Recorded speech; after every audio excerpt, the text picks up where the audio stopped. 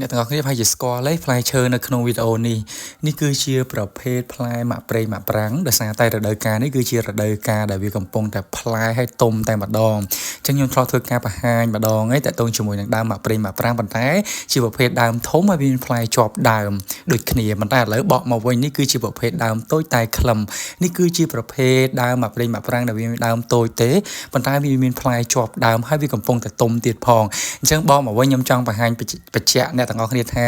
ដើមម៉ាក់ព្រៃម៉ាក់ប្រាំងមិនប្រកាសថាដល់តែដើមធំទៅវាផ្លែទេដោយសារវាជាប្រភេទដើមផ្សាំអញ្ចឹងហើយយើងអាចដាំបានដោយយើងមិនបាច់